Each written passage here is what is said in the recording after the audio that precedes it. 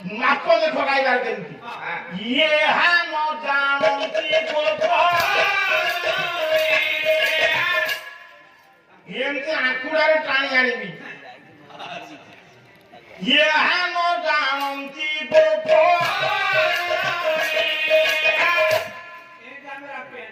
ଗାଇବା ଯାହାର ନାହିଁ ପାଲା ପାଇଁ ସେ ଅଣ୍ଠିଟି କାନ୍ଦେ ବଳରାମ ଦାସ କହିଲେ ରାଧା ହେଲେ ଜାତି କହୁଛି ସେ ରାଧା ହେଲେ ଭଉଣୀ କୃଷ୍ଣ ହେଲେ ଭାଇ ତୁ ମାରିଦେଲା କି ମୁଁ ସବୁବେଳେ କୃଷ୍ଣ କଥା କହି ରାଧା କଥା ଯେମିତି କହିଲି ଠାକରେ ପଡିଗଲା କୃଷ୍ଣ ହେଲେ ଭାଇ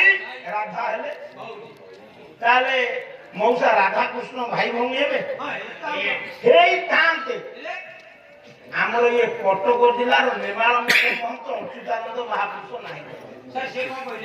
ସେ କହିଲେ ରାଧାକୃଷ୍ଣ ଭାଇ ଭଉଣୀ ନୁହଁ କି ମାଇ ଭଣଜ ନୁହଁ ଗୋଟେ ସ୍ୱର ପକଉଛ ୟାକୁ ପାଲାରେ ପକେଇବା କମିଗଲା ପୁରୁଣା କାଳିଆ ଗାୟକ ମାନେ ରହିଲେ ଇଏ କମିଗଲା କହିଲେ ରାଧା ଠାରୁ କୃଷ୍ଣ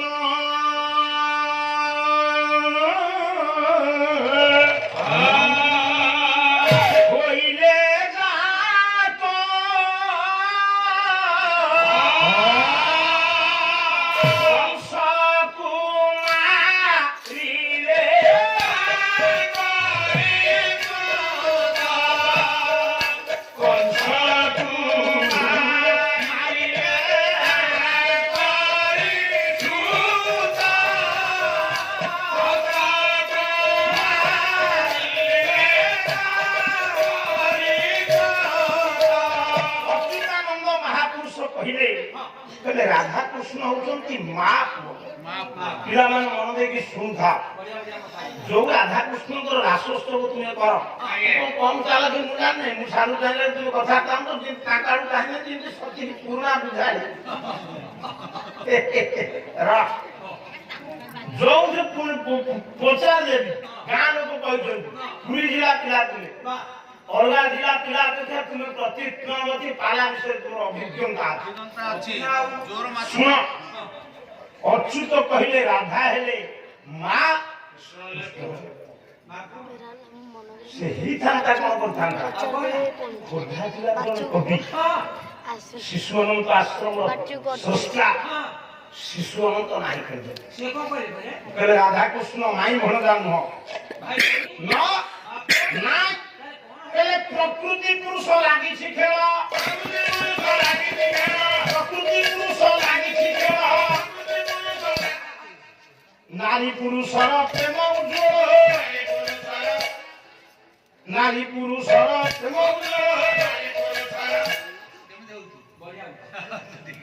ଶିଶୁ ଅନନ୍ତ କହିଲେ ରାଧା ହେଲେ ସ୍ତ୍ରୀ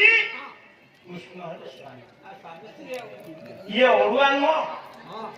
ଜଣେ ବାବାଜୀ କହିଲେ ବଳରାମ ଦାସ ରାଧାକୃଷ୍ଣ ଭାଇ ଭାଇ ଅଚ୍ୟୁତାନନ୍ଦ ମହାପୁରୁଷ କହିଲେ ମା ମାନେ ସବୁ ଶୁଣ ତୁମକୁ ତୁମ ମା ଜନ୍ମ ଦେଇଛି କିନ୍ତୁ 9ଟା ଝିଅଙ୍କ କଥା କହିବି ସେ ମା ଠୁ ଜନ୍ମ ନୁହଁ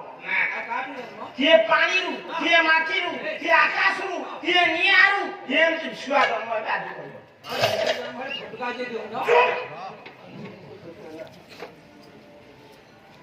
ଆଜ୍ଞା ରାଧା ହେଲେ ଭଉଣୀ କୃଷ୍ଣ ହେଲେ ଭାଇ କହିଲେ କିଏ ଅଚ୍ୟୁତାନନ୍ଦ ମହାପୁରୁଷ କହିଲେ ସେ ହେଲେ ମା ପୁଅ ଖୋର୍ଦ୍ଧା ଜିଲ୍ଲା ବାଲିପାଟଣା ଶିଶୁ ଅନନ୍ତ ଆଶ୍ରମର ଅଧୀଶ୍ୱର ଶିଶୁ ଅନନ୍ତ କହିଲେ ସ୍ୱାମୀ ସ୍ତ୍ରୀ ତାହେଲେ ରାଧାକୃଷ୍ଣ ମା ପୁଅ ନା ଭାଇ ଭଉଣୀ ନା ମାଇଁ ଭଣଜା ନା ସ୍ୱାମୀ ସ୍ତ୍ରୀ ମୂଳ ପିଣ୍ଡଟା ପୁରୀ ଜିଲ୍ଲାରେ ଅଛି ପୁରୀ ଜିଲ୍ଲାରେ ମୂଳ ପିଣ୍ଡ ଦ୍ୱାଦଶ ସ୍କନ୍ଧ ଭାଗବତର ପ୍ରଣେତା ଜଗନ୍ନାଥ ଦାସ ଭାଗବତ ଲେଖିଲେ ସତ କଣ ମଉସା ପଳେଇଲେ ଆଚ୍ଛା କିନ୍ତୁ କୃଷ୍ଣ ଚରିତ ଉପରେ ସେ ଗୁରୁତ୍ୱ ଦେଇଛନ୍ତି ଭାଗବତ ସେ ମୁକ୍ତ କଣ୍ଠରେ ସ୍ୱୀକାର କରିଛନ୍ତି କହିଲେ କହି ଦାସ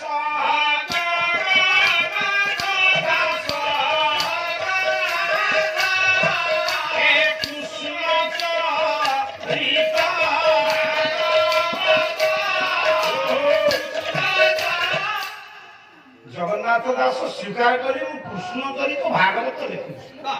ପୁଅ ଯଦି କୃଷ୍ଣ ଚରିତ ଭାଗବତ ଜଗନ୍ନାଥ ଦାସ ଲେଖିଲି କୃଷ୍ଣଙ୍କ ଚରିତ୍ର ଗୁରୁତ୍ୱ ଦେଲେ ରାଧା ଆପଣ ଦ୍ୱାଦଶ ସ୍କନ୍ଧ ଭାଗବତ ଖେଳାନ୍ତୁ ରାଧା ବୋଲି ଗୋଟେ ଶବ୍ଦ ଆପଣ ପାଇବେ ରାଧା ବଲ୍ଲଭ ପାଇବେ। କଣ ଗାୟକ ସାର୍ କୁଆଡେ ଗଲେ? ଆଚ୍ଛା ତୁମକୁ କଣ ଗଲେ କାଲି? ହଉ ହଉ ମୋ କହିବାର ତାତ୍ପର୍ଯ୍ୟ ସେ ପୁରୁଣା ହେଲେ ବି ପାଲା ନ ଗାଇଲେ ବି ସେ ଆମର ପୂଜ୍ୟ ତାଙ୍କୁ ପୂଜ୍ୟ ପୂଜାର ଆମେ ବ୍ୟତିକ୍ରମ କରିବୁ ମୋ କହିବାର ତାତ୍ପର୍ଯ୍ୟ ଇଏ ଗାଁ ଲୋକଙ୍କ ଉପରେ ଅତୁଟ ବିଶ୍ୱାସ ତାଙ୍କ ଉପରେ ଟିକେ କଣ ଫୁଙ୍କି ଦେଲେ ମୁଁ ସାଡ଼କୁ ଯାଉନି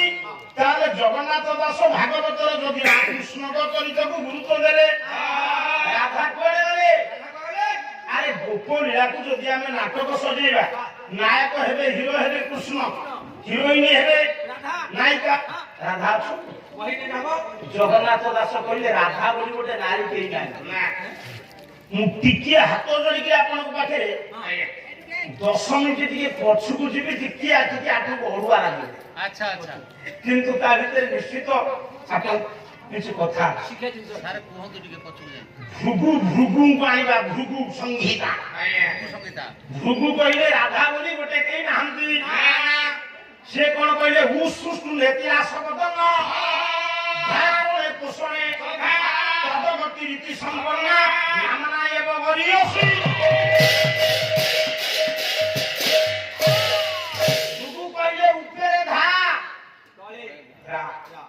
ଆମେ ମାନେ ସବୁ ଆସିଛେ କୋଉଠୁ ପିଲା ଧାଲ ରା କହିଲେ ରହୁଛି ରା କହିଲେ ସଂସାର ଇଏ ସଂସାର ଭିତରେ ଆପଣ ମାନଙ୍କର ଅନୁଭୂତି ମୋଠୁ ବହୁଦିନ ମୋଠୁ ବୟୋଜ୍ୟେଷ୍ଠ ଆପଣ ଟିକେ ଜୀବନ ପର୍ଯ୍ୟାୟକୁ ତର୍ଜମା କରି କହିଲେ ଆପଣ ସଂସାରକୁ ଆସିଛନ୍ତି ସୁଖରେ ନା ଦୁଃଖକୁ ଆସିଛନ୍ତି?